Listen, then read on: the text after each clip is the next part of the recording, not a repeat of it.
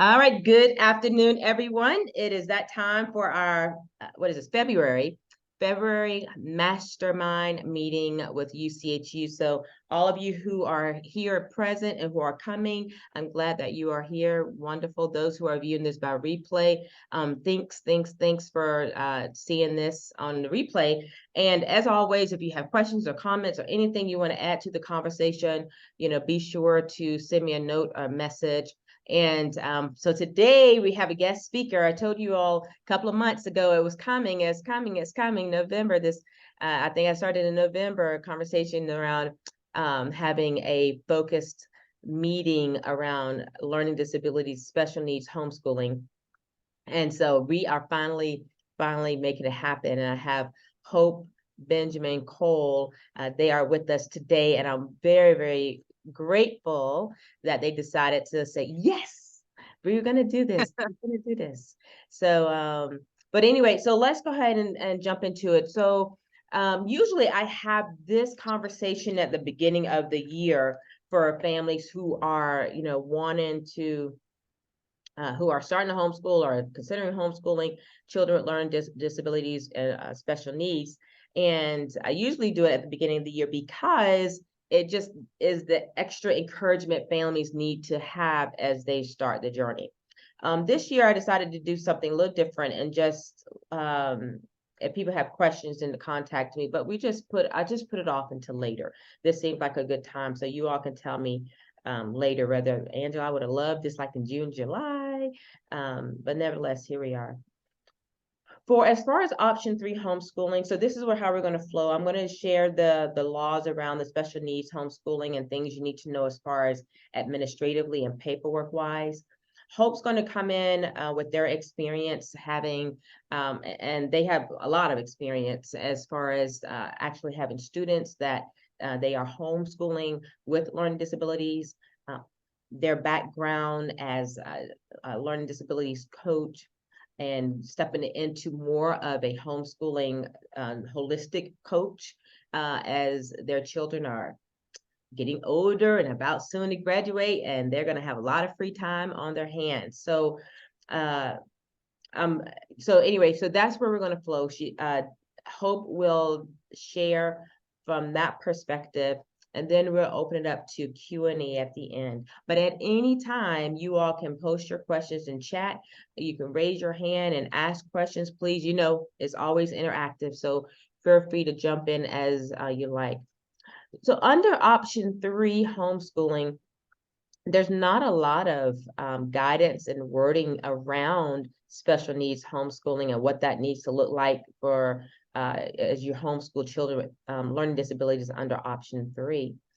The law doesn't even speak to how long do you homeschool your children, or when do you get to say that they've graduated, depending on the severity or where they are in their learning challenges. The law doesn't speak to that. So do they go there for 18 years, or maybe it's 21 years or 22 years? It doesn't speak to what type of certificate or degree that they will receive. Again, that's depending on their academic strengths or challenges that they have. So when it comes to that idea of graduation, each association then takes their own stance on it. For my option 3 association, as far as when looking far ahead into graduation, students can receive a certificate of attendance, a technical certificate, and I explained these, or an academic diploma. Granted, all 3 of these, none of these are state certified type of documents, okay? So when our students graduate from homeschool, they don't receive a certified diploma. The diploma is really not what holds its weight in gold for us. It's our transcripts, okay? But for children who are, have some learning disabilities, special needs as they're homeschooling, the parents and we would discuss and what will this journey look like, or where the child is on their learning curve, and then make a decision what would be the best thing if you wanted a piece of paper to say that student has finished. The other is did I say certificate of attendance? Certificate of attendance, technical, and then academic, those three. Okay, so certificate of attendance, if your student is on the learning level of maybe you're not getting beyond learning alphabets or colors or on that, but the law requires that they are educated. They have to be educated day in, day out, 180 days, okay, under option 3 law. They have to, right? So you have to. So either they're in public school and they're homeschooled. So if you're homeschooling, still 180 days, still all the record keeping, still all the option 3 law. But when they're done, you still have the freedom to decide, we're going to be done schooling you at 18, or we'll be done schooling at 23. We're not progressing beyond learning our numbers or alphabets, or not even able, maybe not able to write, or, so we would have that discussion. That would be called, that's called a certificate of attendance. And many families like to have that certificate to show that that parent, that family has, academically worked with their child for X amount of years, and now they're satisfied they're schooling according to that homeschool, that family's homeschool. That's the certificate of attendance. The technical attendance, technical certificate is when the student, they're academically strong, enough as far as depending on their learning disability or special needs. But now they've gone on, excuse me, I'm getting over a little something, so my throat I'm getting it in my throat. But on this case, the student has maybe went on to learn a trade or learned some, what is the word I'm looking for? They went off to a technical school and learned some type of work that they can do. And again, that's a conversation we would have. Otherwise, I wouldn't know. And you let me know that they are learning this trade or what have you, then they will finish with a technical certificate is what you would like to present them with, okay? So that's number 2, not anything major, but again, that's a conversation. And then the third one, again, your child could have some learning disability, but academically, they were able to progress through all of their grade levels, or even if not all the grade levels, but sufficient for you to say, that student made it up to 9th grade academically, 9th grade, and but now they are 18 or 20 or what have you, and we are officially done with the schooling, okay? So we will have a discussion about that too. It could still be considered an academic, excuse me. Excuse me, y'all. It still can be considered an academic certificate, but it would not be what 24 credits perhaps, or they didn't have the all the courses for college prep, okay? But it would be a conversation I would need to have just to know where the student went within their academic studies, okay? So those are the 3 that normally we focus on. If you come to me, I've had one year a parent wanted something different, and we just have to have that discussion and say, okay, and just go from there, okay? So literally for me and my association, parents who have children with special needs or learning disabilities, it's a discussion. We stay in close connection, so you can let me know how we're progressing. Like, for example, I have a few families where their students, they're not academically progressing into middle school, but their age is 7th grade, I think it is, this situation I'm thinking of. So that's the discussion. And so in a lot of cases, if that's the case, I will not charge them for the category of 6th grade to 12th grade level. So, I have 2 different levels of payment. So 70 versus 140 when they are doing more college prep. We're having more meetings, conversations, transcripts, GPA, calculating, ranking, blah, blah. If that's the case, then again, that's a discussion that your child is still within the K to 5th grade level. And Angela, where do we fall in the pay? Because they're not, our membership pay scale. Where do we fall? So that's a conversation, and I would say absolutely. Okay, they're not in that other tier, so let's stay at the $70 membership. Okay, so when it comes to the other aspects of accommodations, going to college, getting tested, all of these types of things, just please know that, and many of you have, I don't think this has been a problem, you come right to me and we have a conversation, and we actually get on the phone or virtual meeting to see how I can help you and serve you as you are homeschooling your children with the learning challenges that they may have, okay? When it comes to choosing curriculum and all this type of things. A lot of things I will not know because I haven't kept myself well versed in. So I will refer you to someone like Susan Blackwell, who you see that I've been with for 8 years now. She is a special needs learning disability liaison consultant with UCHU. And now Hope Benjamin, that you'll hear from in just a little bit, they are stepping into that role. And so UCHU will be partnered with them. These two individuals are those who will sit with you or talk with you and say, this is the curriculum, this is the best way you can use it. Or you would like to get them tested on just to see where they are academically, then these two resources are where you would go. Or you just need some coaching on how do I handle with my child who is autistic and they just don't want to see a book longer than 30 minutes. What kind of strategies do I utilize for that? Okay, so Hope and Susan would be your go-to. And so again, you'll hear from Hope in just a few moments. So any questions about those things or clarifications needed around those the few little conversation pieces I just brought before you? Any questions about that? Graduations, people have often asked about graduating. How do we handle graduating? The actual ceremony still, and welcome to participate in all graduations, no matter where they are on the academic, stream of things and their age to that.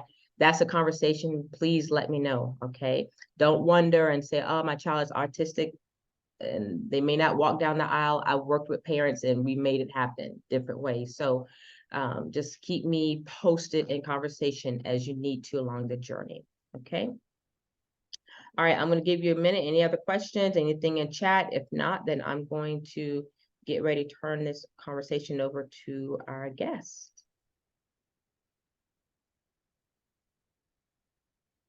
Okay, all right, very good. So let me introduce our guest to you. All right, so today's speaker is Hope Benjamin Cole.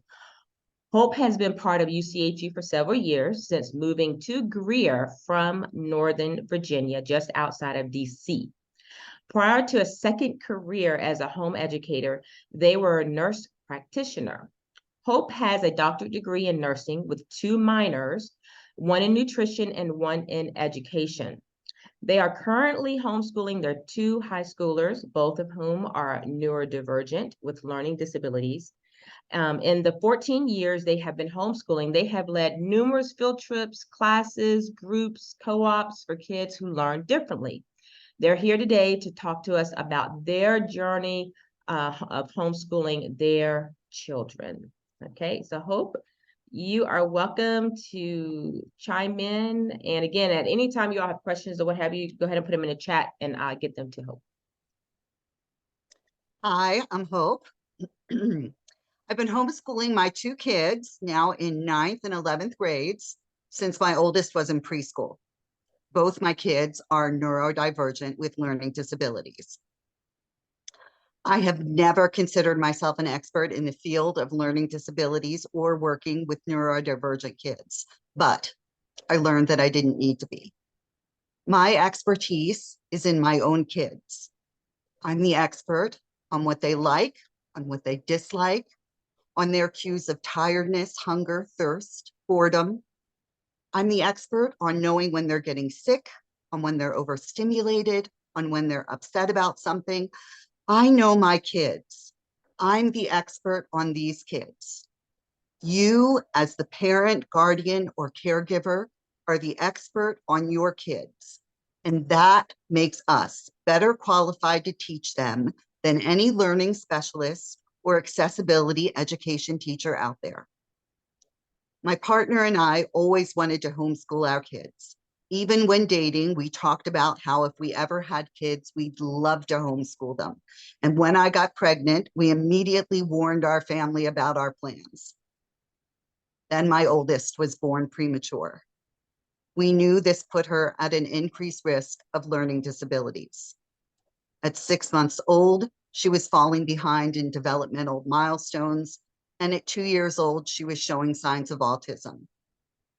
People started asking if we were looking into private school placement for her now, and in truth, I was starting to doubt my ability to handle teaching. But here I was doing her OT, her PT, her speech therapy, and it dawned on me every day I was teaching her. And no school, private or public, was ever going to customize a curriculum for her like I would. No school could ever implement necessary changes as quickly as I could. Above all that, research shows that children with disabilities learn best when they have a connection and a positive relationship with their teacher. I wanted the consistency of the teaching relationship that homeschooling could provide. No other teacher could ever love her like I would. More than anything else, I wanted her in an environment where she felt secure, that she was loved all day long. I'm going to talk about my journey homeschooling my two amazing kids. First, talking briefly about their diagnoses and how various symptoms impact us. My 17-year-old 11th grader, Ellie, is diagnosed with autism, auditory processing disorder, ADHD, dysgraphia, and dyscalculia. My 14-year-old 9th grader, Hannah, is diagnosed with OCD, sensory processing disorder, ADHD, and dyscalculia. I'm not going to cover what each of the diagnoses mean, but if you have a question about that, just interrupt and I'll give a very brief definition. What I'm going to focus on is how these diagnoses present for my kids. These diagnoses can look very different on different kids, but I'm still guessing maybe some of you can relate. And I'm sure you can grasp how these symptoms affect functioning with learning and impact teaching. Ellie's autism. In elementary school, she was a very late talker.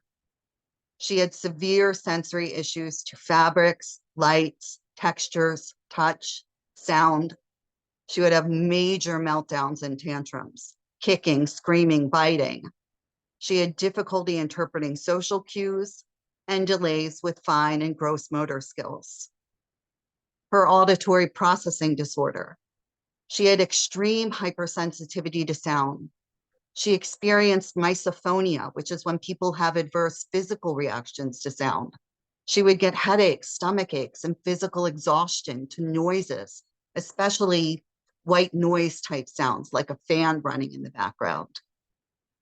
She has difficulty discerning individual voices and following a conversation in a crowd or group. She has prosodic difficulties, meaning difficulty with tone, inflection, and implied meaning. Everything sounds like a monotone to her when she's listening. Hannah has OCD, which is obsessive compulsive disorder. She would compulsively follow her routine and melt down if there were unexpected or unplanned changes. She would have to complete a task and refuse to be interrupted. She would become extremely anxious if she was rushed or timed. She was an extreme perfectionist. She was extremely sensitive to correction or being wrong, and she was resistant to being taught. She felt she should automatically know things, or it was in some way a personal failure if she didn't. Hannah has sensory processing disorder, and Ellie has sensory processing issues as part of her autism. While sensory processing disorder isn't an official DSM diagnosis, I know some of you parents whose kids have sensory processing issues know how very real this is. Sensory processing disorder is a condition that affects how your brain processes sensory information coming in through the five senses of sight, sound, hearing, touch, and smell, and additionally through the vestibular sense, which is movement and balance, and the proprioceptive sense, which is body awareness, where our parts are in relative to one another, and letting us know how much force to use. So for Hannah, she was an extreme sensory seeker. She would crush bang into everything, put things into her mouth to explore well past the age of 3. Touch, touch, touch, everything. She had very poor balance, very poor playground skills with swinging, pedaling a bike. Ellie's sensory issues, she would only wear cotton knit pajamas and Crocs well past 4th grade as if it were a uniform, except for 3.5 to 4.5, where she wouldn't wear anything that didn't have a rocket on it, including shoes and outerwear.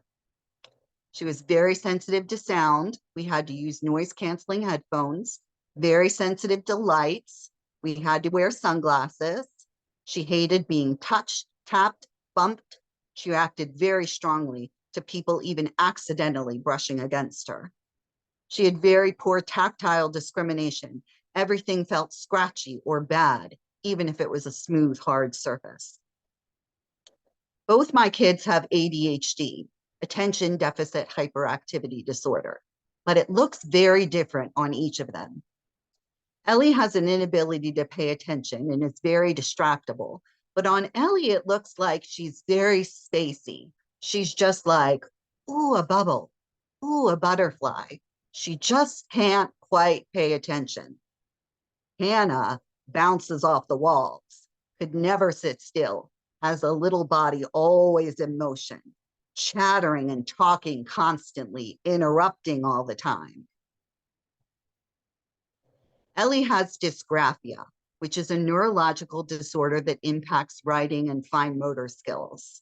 She has poor handwriting, uses a fisted pencil grip, has poor fine motor skills, poor scissor skills, and her hand and arm cramp, and she has pain with handwriting for extended periods of time. Both of my kids have dyscalculia, a learning disorder that affects a person's ability to understand number-based information in math. For Ellie, math was a nightmare. Numbers would go in one ear and out the other. She seemed to retain the information one day, but had a lot of difficulty recalling it the next. For Hannah, numbers just meant tantrums. She refused to participate in math. While neither of my children have dyslexia, I've led numerous co-ops and classes for kids who learn differently, and our groups always include kids with dyslexia. So I'll go over the definition for this third most common learning disability as well, as I'm including accommodations for dyslexia too. Dyslexia is a learning disability characterized by difficulty reading. So now I'd like to talk about some accommodations and some specific examples of how we learn different subjects. I had dreams of beautifully organized work boxes, which were very big on Pinterest when we started. A day that started after breakfast with each of them at the little IKEA desk that I painstakingly put together, that ended nicely at the same time each afternoon with both of them in smiles. Yeah, our day never looked like that. I found that kids who learn differently learn best with a multisensory approach: visual, auditory, kinetic learning, whole body learning. We took learning off the paper and made it tactile, turned it into movement, turned it into something that we experienced with all 7 senses. So for letters and phonics, we would take sidewalk chalk. I'd write letters into a hopscotch in the driveway or the sidewalk. I'd call out the name of the letter and they'd hop. Then I'd tell them to hop to the matching lowercase. Then I'd make just the sound of the letter and they'd hop. I'd read a story aloud and I'd stop at a spot and say, hop to the last sound I read. auditory discrimination, letter recognition, capital lowercase matching, sound recognition, all with gross motor skills, agility, endurance, body strength, balance, body rhythm, so much good stuff. I'd trace a letter or a word on their back and have them guess what I trace. Then they'd trace on mine and I'd guess. We had plastic shoe boxes that I turned into sensory bins, and I filled them with different tactile sensations, one with dried beans, another with dried rice, one with playground sand, one with small, smooth river stones that you can buy at a craft store, one with activated wet water beads. In each bin, I hid either Scrabble tiles or plastic bracelet beads with letters on them. And then we'd treasure hunt for letters, identify them, make their sounds, make words, spell our names, put them in alphabetical order, go find another. I'd call out a letter or make a letter sound, and we'd play a sort of twister where we'd make our bodies into the shape of the letter. We'd take a walk or a drive while we were running errands and play, I spy 3 things that have an SH sound in them. Let's talk about learning to read. I truly believe that this is a developmental skill, an ability that comes when it comes, and that the less pressure we put on our kids to read, the better. It starts with creating a language-rich environment. Read everything. Books, cereal boxes, shampoo bottles, road signs, grocery store labels, advertisements. Be a stumbling reader and show your child how to read. Model reading. My kids thought I was the stupidest adult that they had ever met. But show your child when you're reading how to sound out words. You model how to sound out words. Show your child how to skip a hard word and continue on. Show your child how to handle frustration. You go ahead and get frustrated when you can't figure something out in that book, and show your child how you handle that. Show your child how to learn the meaning of a word based on its context in a sentence. I think that word might mean. Show your child how to look up a word's meaning. Show your child how to look up a word's pronunciation. Show your child how to laugh at one's mispronounced word. Go ahead and guess at a pronunciation and then look up the correct pronunciation and laugh at yourself when you get it horribly, horribly wrong. Show your child how to lose your place and find your place. Show your child how to lose your place and find your place when you've skipped a whole section. Show your child how to lose your place, find your place when you're rereading part of that section. Show your child how to get to a section that you want to skip over and show how you can just say blah, blah, blah. I loved it one time when I was reading with Hannah and she looked over my shoulder and said, well, that's a good place to just say blah, blah, blah, Mom. And you know what? It was a really good place to say blah, blah, blah. Because see what happens when you start to just pause and give your child a chance to take over a little bit. See what happens when your child leans over and starts correcting you or sounding out the word or getting frustrated at you for going so slow that they decide that they'll just read it themselves that day. Let's talk about math with dyscalculia. Yes, 10 minutes a day, some days is just fine, even lots of days, even most of the days. We did 10 to 15 minute a math lesson through most of elementary school, and Hannah is starting high school with Algebra 1 right on track. It's okay to do short math lessons. Again, sensory bins. Fish out the numbers and put them in descending orders. Body drawing numbers. We did body drawing with skip counting. We did body drawing where my child was reading the numbers aloud and I was tracing them on their back. We did hopscotches where I would read 2, 4, and the child would jump on 6. Manipulatives are great for learning math concepts because you want to see the math. Show them addition in putting things together. Show them subtraction is taking things away. Show multiplication as a shortcut way of doing addition, that you can add 2 plus 2 plus 2, or say 2 times 3. Show them 3 groups of 2 manipulatives. Show division as dividing groups. I used to have little eggs in nests and a stuffed bird who would put her eggs in different nests. She would have a group of 12 eggs to divide into 4 baskets. So how many eggs in each basket?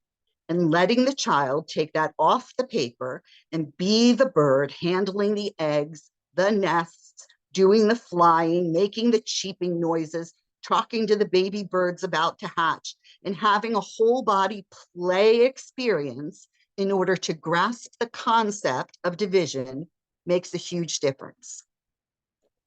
There is no rush to learn a concept. Broad stroke elementary school math. K through 5 is learn shapes, add, subtract, multiply, divide, tell time, identify money, and make change. So what if you take a year and a half grasping the concept of subtraction and understanding what carrying and borrowing means? That's what that time is for. We didn't bother with the metric system or perimeter in 5th grade. Spectrum has a great, concise little middle school level workbook called Measurements on measurements, perimeter, area, volume, and the metric system that both my kids did in a 12-week unit study in 7th grade. It was endlessly easier than trying to teach a tearful 5th grader those concepts. Just remember that you don't have to follow anyone else's schedule. You do what works for your kids. Focus on learning the concept rather than memorizing a bunch of facts. You don't have to learn every single multiplication table in fact. Really. We did basic skip counting with whole body learning. We turned into frogs on lily pads. We did 5, 10, 15, 20, 2, 4, 6, 8, etc. We did a whole bunch of skip counting. And then we used accommodations per the specialist. It is honestly fine to give your child arithmetic accommodations once they grasp the concept, whether that be a number strip, manipulatives.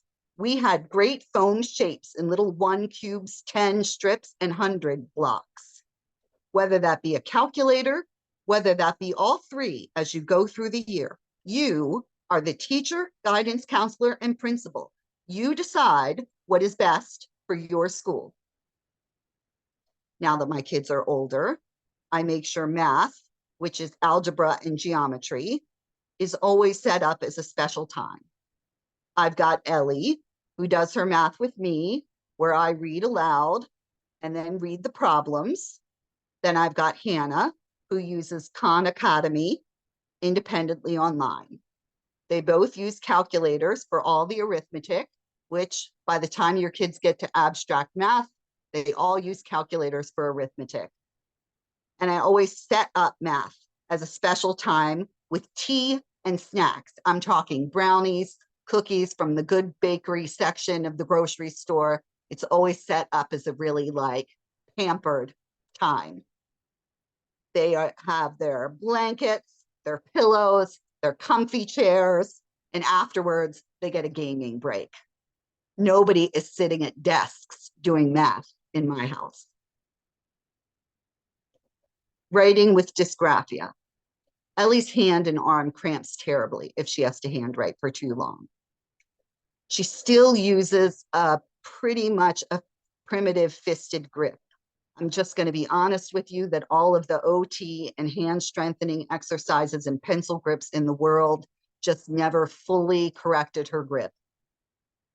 That's also normal It's not going to work for everybody. We got her keyboarding as soon as possible. Typing.com is a great free program that teaches typing skills. She went through it twice, once in elementary, again, the beginning of high school. Her print is very childlike. I had both my kids learn cursive with handwriting without tears. Her script is better, but she's very slow with it. But she's able to sign her name very well. The best activity we did for finger strengthening was to buy a really old typewriter. I'm talking the kind with keys you had to push and the typewriter ribbon. She loved typing on that thing for the novelty of it and would type forever. Other exercises like pushing coins through slits on plastic lids and pulling stretchy bands, those always got groans. But the typewriter was an exercise. It was fun. She had a family newsletter going. She had all kinds of activities she did for herself on that thing. Another great activity we did that improved penmanship was take a calligraphy class together. That improved her grip and fine motor skills remarkably, and it was so much fun. You can take classes free on YouTube, and supplies are available pretty inexpensively on Amazon. For a child with dysgraphia, it's important to provide accommodations as much as possible to eliminate handwriting because it's a source of physical pain. It's not a skill they won't learn. It's a skill they're unable to do because of a brain-based disability. There are apps where you can snap a pic of a worksheet, form, or test and turn it into a document. Your child can type the answers in rather than have to handwrite. Then you just save it and send it, or you can print it out. There are lots of options, but we like SnapType. Kids with dyslexia. We always make sure to read directions aloud and or have visual cue cards. And again, the SnapType app, which would allow us to take the page and then turn it into large print, bold print, and highlight single words, which are all necessary accommodations with dyslexia. But the biggest accommodation we could give is more time. These kiddos need more time to read. We give double. In high school, we're allowing course substitution. Kids with dyslexia diagnoses do not have to take foreign language requirements. If you're trying to build an appealing college transcript, consider doing a social studies unit of French history, a language arts elective of Spanish literature, something like that, in order to study culture without the language component. Some overall tips for learning with neurodivergent kids or kids who learn differently. My children never sit at desks. In elementary school, they rarely even sat still. I taught wiggly, noisy, talkative kids. And I'll reiterate again, whole body, interactive learning for everything we did. I bought curriculum, but it was mostly used as my own lesson guide. I got ideas from the pages, but my kids rarely, if ever, used their workbooks in a typical manner. I wrote the concepts of those workbooks in sidewalk chalk. I read them aloud. I took the concepts and I would incorporate them into daily life. Oh, fractions. We can do some talking about that while we bake cookies. Oh, grid maps. We can learn about that while we play Battleship. Both my kiddos always benefited from instructions given in as many forms as possible. Didn't get into their brains via their ears alone. It didn't get into their brains just by having them read it. I needed to read it aloud, and we also needed cue cards or visual instructions, and I also needed to pantomime the instructions or act it out or give instructions in a tactile manner. If instructions were available online in an interactive manner, they like that too. Instructions in as many ways as possible before I could expect them to understand a new activity. Creating a sensory-friendly environment. Tired, hungry, thirsty, uncomfortable kids can't learn. Maybe they need the shades down, a different pair of socks, a shirt that doesn't have such an itchy tag, a comfort object, the fragrant candle extinguished, different manipulatives that don't feel so icky in their hand. Maybe they need another snack or a rest or a break. Maybe what you did yesterday is completely different from what they need today. All these things matter when we're working with kids who learn differently. Take the time to let them adjust and tend to their sensory needs and their physical needs. I know this is basic, but I needed so many reminders that my kids couldn't push through with learning. My kiddo needed time to rest and absorb stuff sometimes. My kiddo sometimes just hit her saturation point. That was okay. I learned to listen to her cues. We learned best when I was a responsive, attentive teacher. Short lessons are just fine. 10 to 15 minutes, really. Yes, we school for 180 days, but you, as teacher, guidance counselor, and principal, decide what constitutes a day. And maybe that day is one subject. Maybe your student is saturated and has learned and comprehended all they're capable of for that day. And also remember, in a public school setting, a school day would include occupational and or speech therapy. It would include social skills training and classes. You can also count this time as part of your homeschooling school day. Your OT exercises, your speech therapy work, your social skills training that you're doing, it all counts. I counted all the work I did with my children as part of our academic program.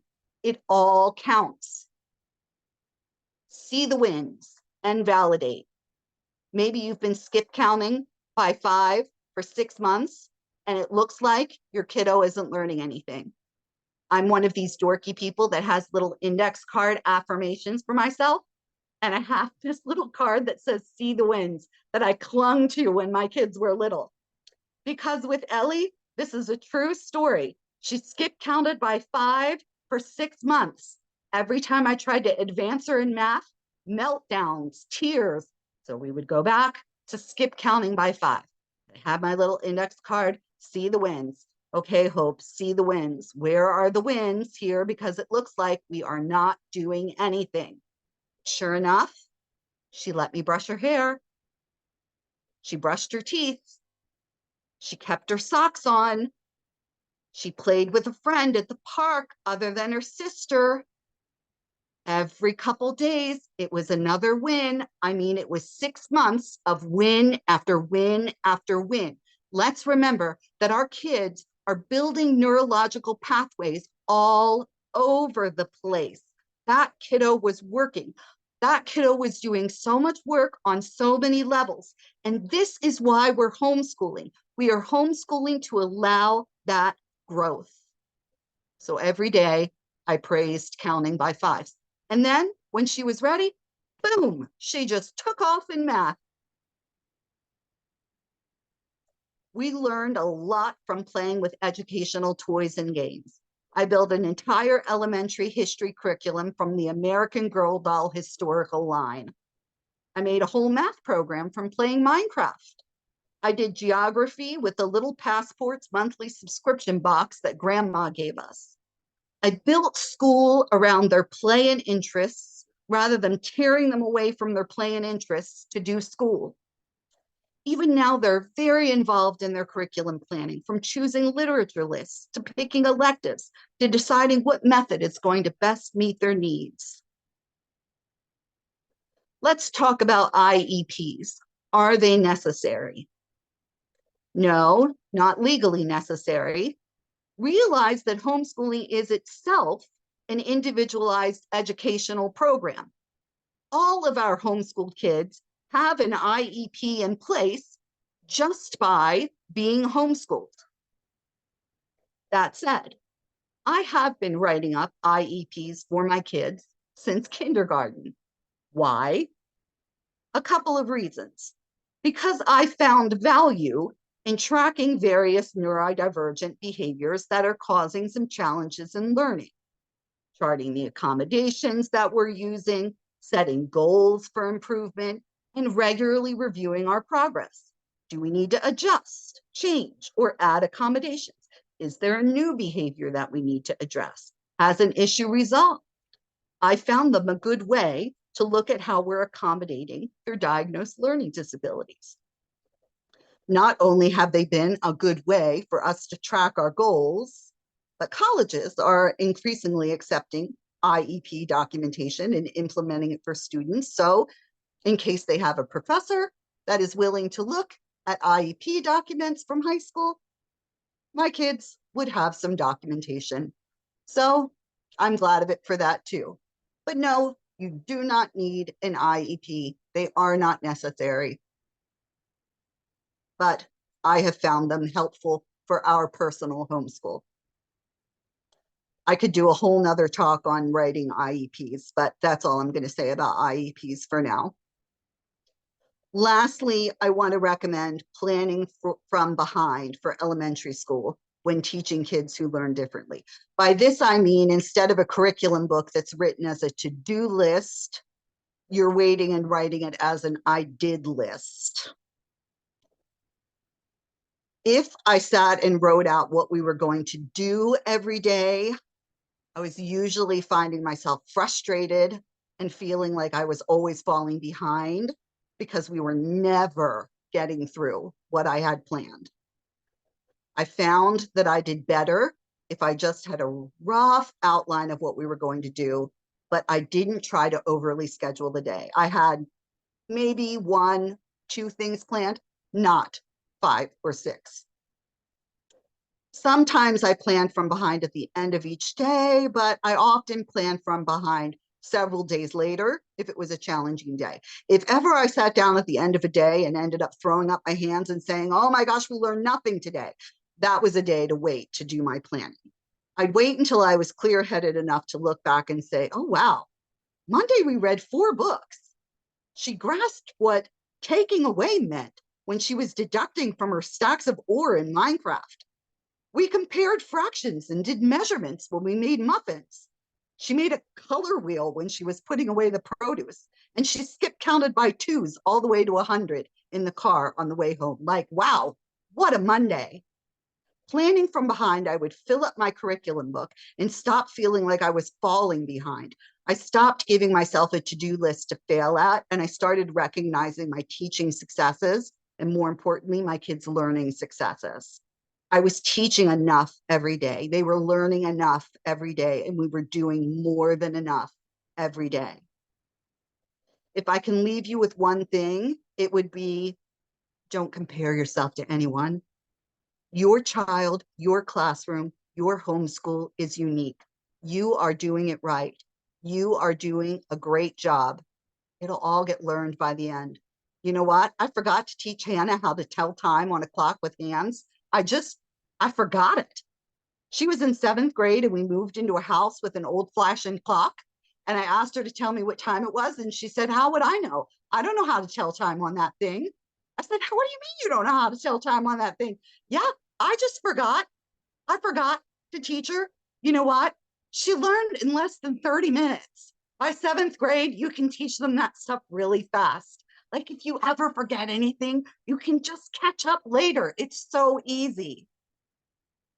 It's all fine, really. Your homeschool is beautiful and you are a great teacher and your kids are so lucky not only to be homeschooling, but to be homeschooling with you. That's all I have for my presentation today.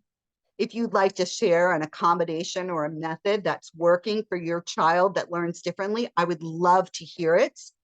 Or if you have a question about anything I've talked about or any topic related to kids who learn differently, feel free to ask it now. You can either turn on your mic and ask, or you can use the chat. Either is fine. Very good. Thank you, Hope. That was very good, excellent presentation. And I hope that you all are, if not, if she said the last point she wanted to make sure you take away with was that one thing, but I hope you all take away this feeling of feeling encouraged and that you can do it, that you can absolutely home educate your child. So if you have questions, put them in the chat and or either unmute yourselves.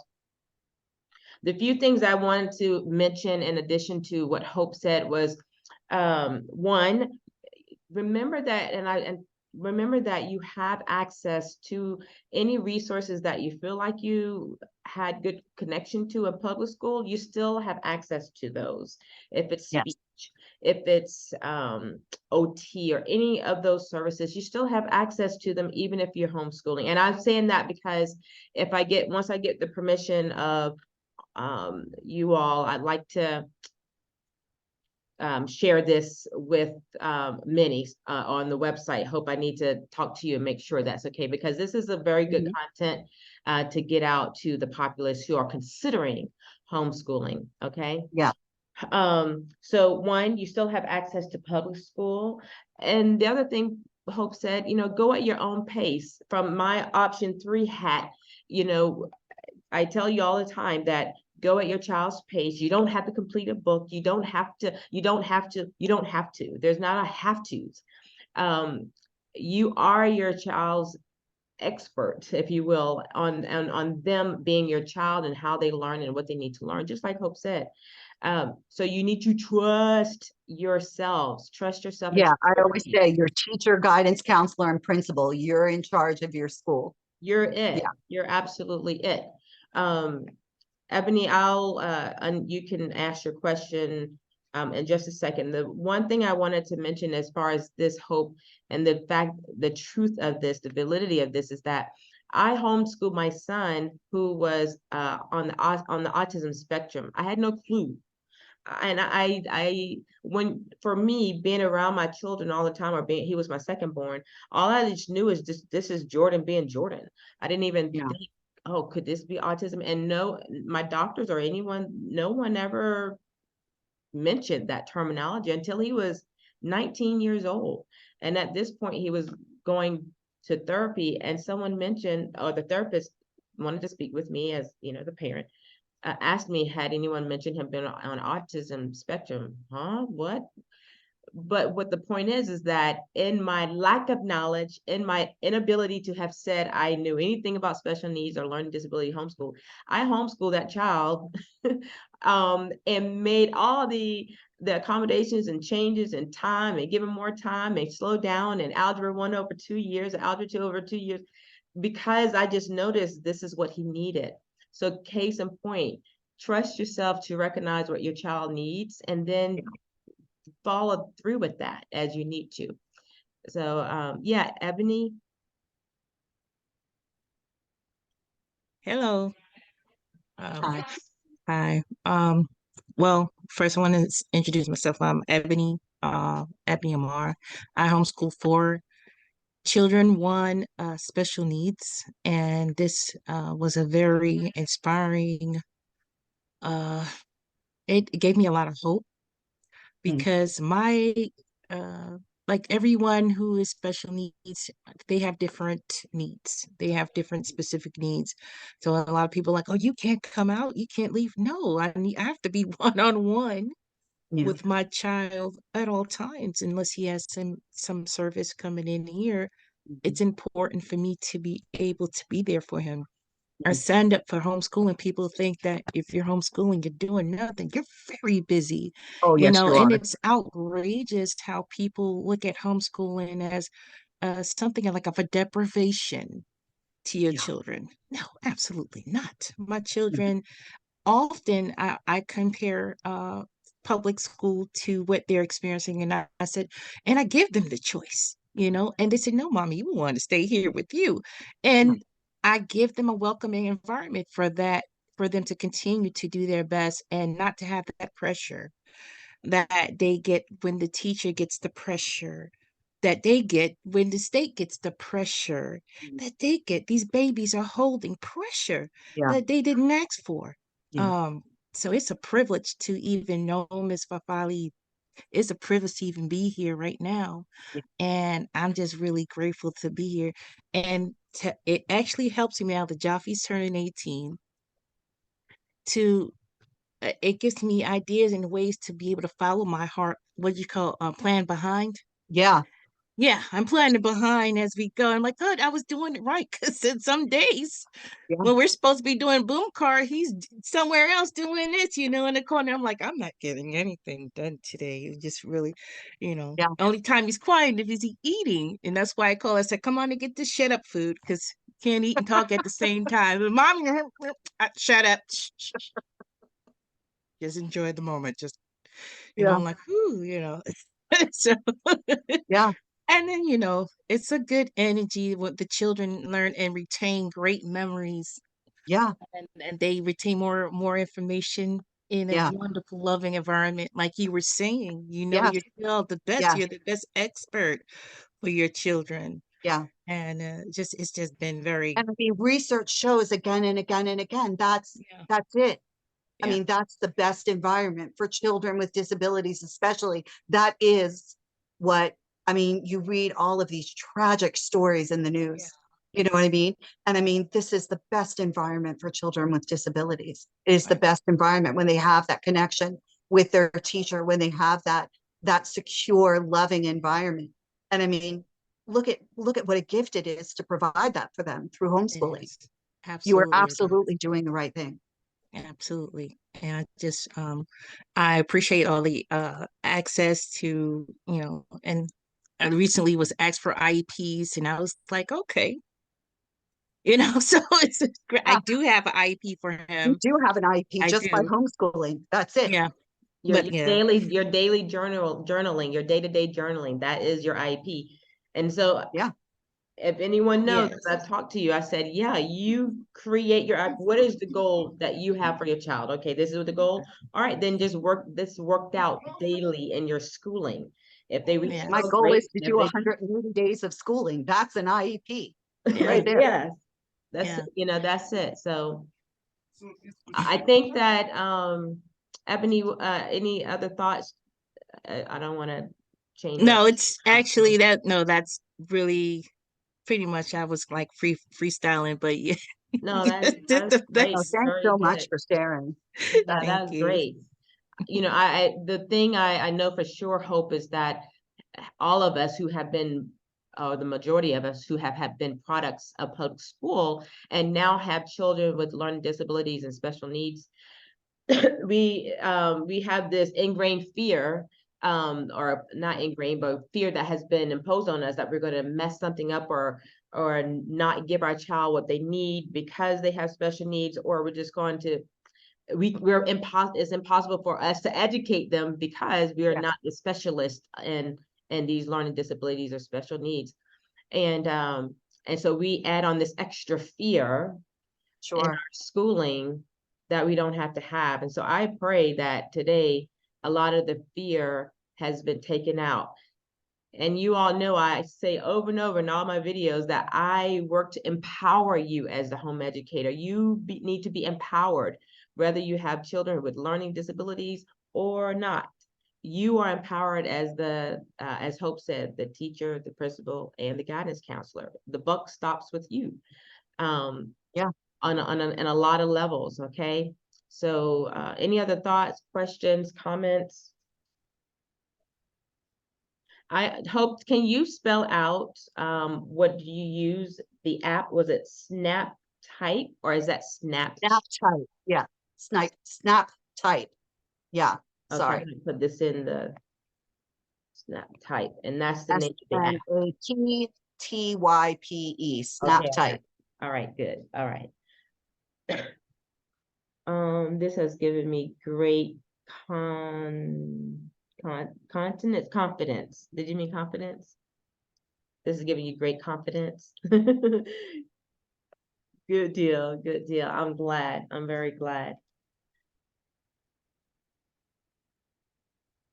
If anything, Hope, I would say that you have a lot of beautiful ideas in ways of home educating children with learning disabilities. And I wish I would have had some of these insights with my son. I mean, I created them just because I had to.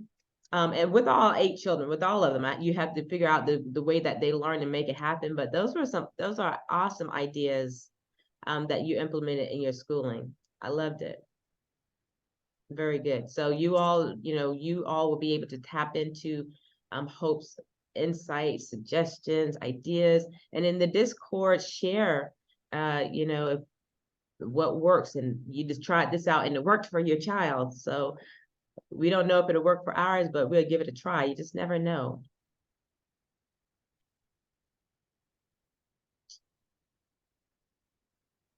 Can we hear from any of our new homeschooling families who you're just starting school and you're schooling a student or multiple students that have learning disabilities?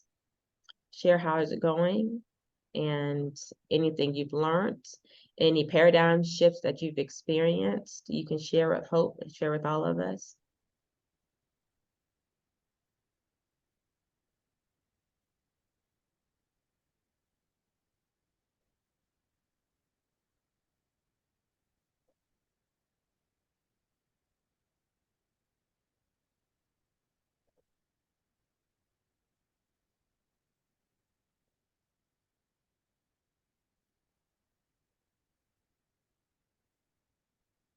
No, I don't know. I think Tori is new this year. Nicole, are you new to homeschooling?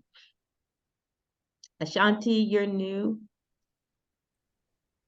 I was trying to say I had to do this on my phone and I couldn't figure out how to unmute myself. Can you hear me?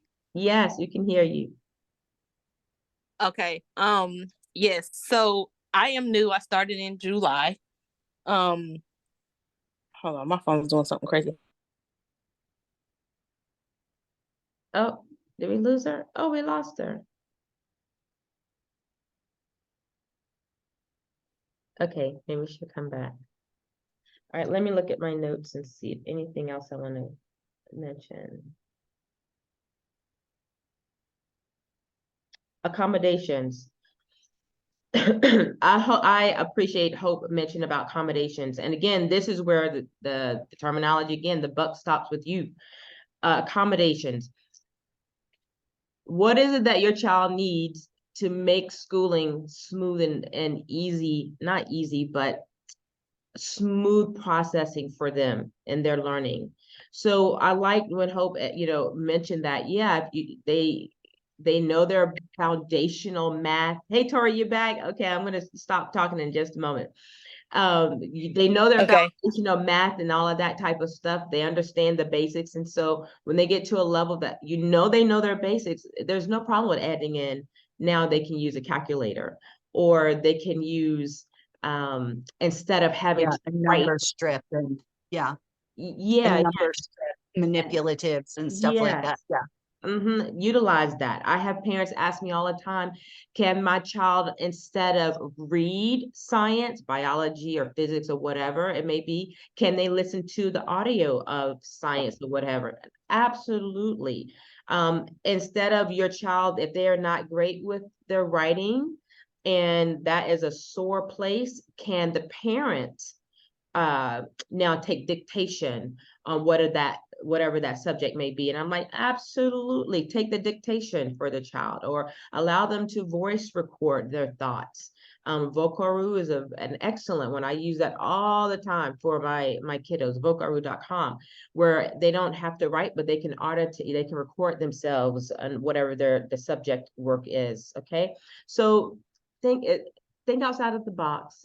Whatever you can think of to help bring this piece in the education experience, then do it. Accommodations are wonderful. Tori, all right, I'm done. You can chime in. Yes, ma'am. So yeah, I started in July with my daughter, homeschooling, and I don't care how many times I was told, like, do it your way, do it. I always felt like I needed to stick to some kind of book. I needed to do it the right way. I needed to do it the way they was going through school. I noticed with switching from what they were doing to how I was trying to let her learn was totally different. So when they tell you do it your way, let them learn in their way. My daughter got an easy bake oven. She learns measurements. I tried to teach her from a book. She wouldn't learn it. Like actually doing something with her hands, moving around, doing it her way. Like she got sand in a bucket. She learned how to mix it up, make mud. What color is it? How she learned the colors. I bought a leapfrog game. And it goes through her alphabets, it goes through her letters, and she runs around the house saying, that's that shape, or that's the number one. Here's the C. Like, it blew my mind. So do not stick to what a book or something is trying to tell you. Listen to your child. Follow them and you will enjoy it. Sometimes I do have to be a little firm with her. Like, hey, come on now, you're playing a little bit too much. We might both be playing a little bit too much, but it was a wonderful experience. And I would not take this back for anything in my life. So if y'all are second guessing yourself, stop it right now.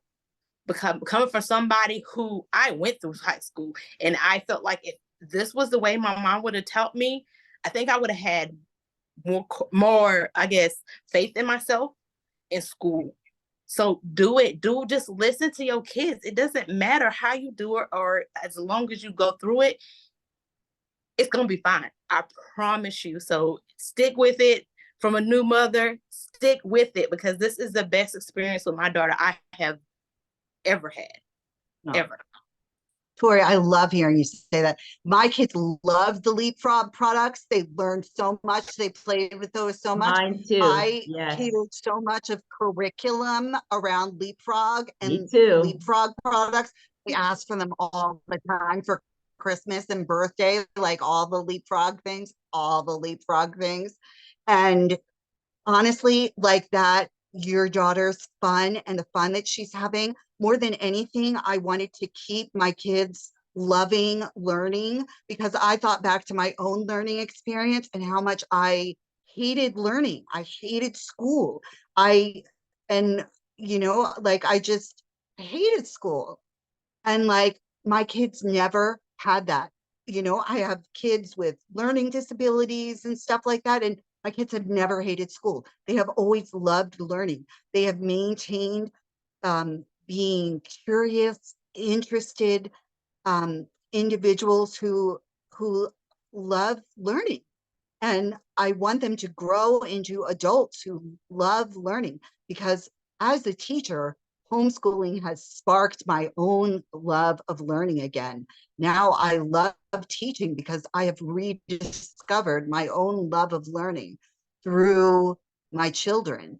And I just, more than anything, I wanted to continue my children's love of learning. And that's what you're seeing in your daughter. You're seeing how much your daughter, when allowed to play and learn, she loves learning. Hold on to that. You're doing exactly the right thing. Good for you. Good for you. Thank you. I appreciate that.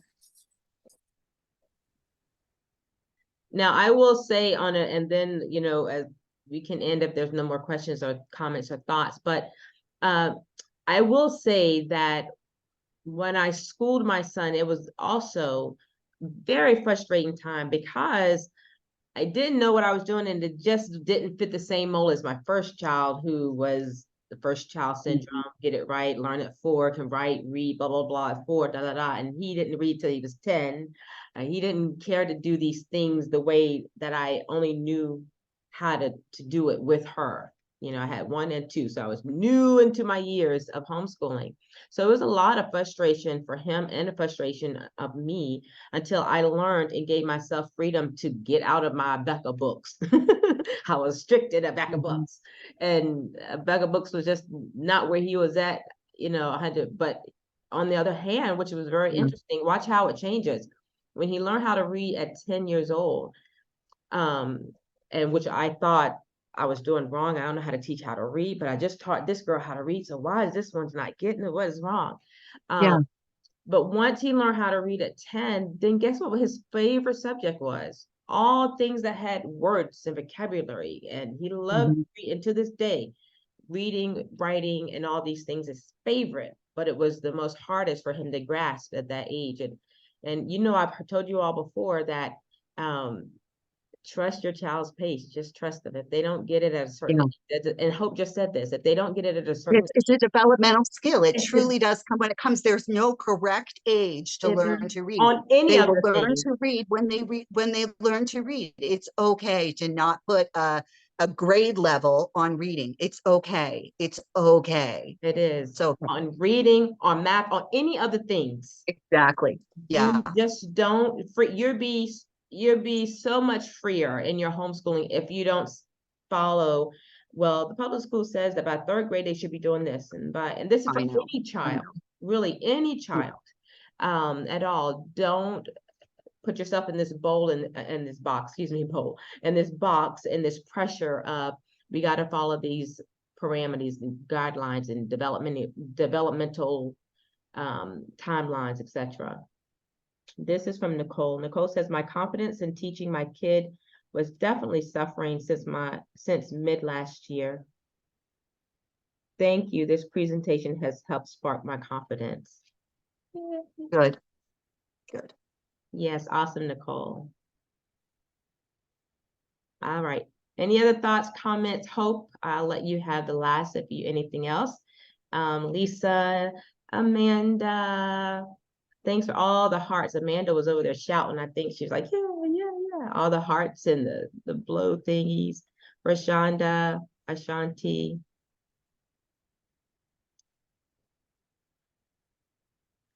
Okay. All right, Hope, I'll let you end it. Anything else you'd like to say as we No, thanks for coming, everybody. Thanks very much. All right, great, good job. Any other questions or follow-up?